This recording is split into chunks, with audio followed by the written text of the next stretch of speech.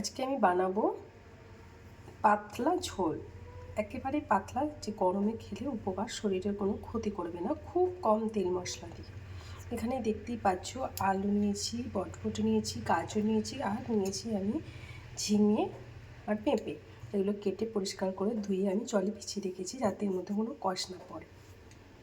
জল, এবার আমি এর মধ্যে একটা একটা করে সবজিগুলো দিয়ে দেবো।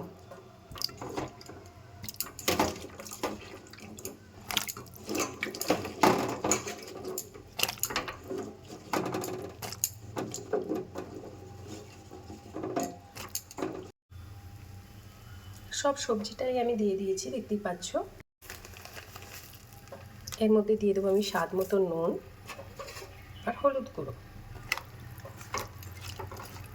দিয়ে সবজিটাকে আমি বলকে সিদ্ধ করে নেব।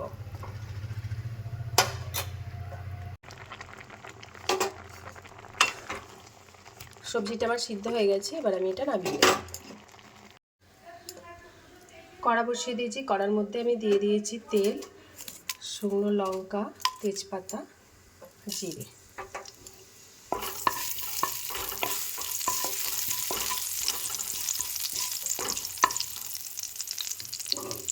এর উপরে আমি দিয়ে দেবো জিরে।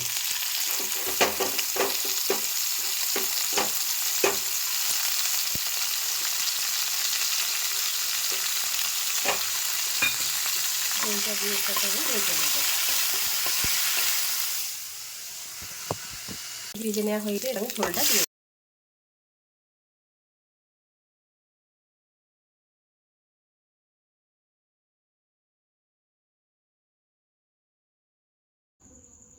ঝোলটা আমি কড়ার মধ্যে দিয়ে দিয়েছি।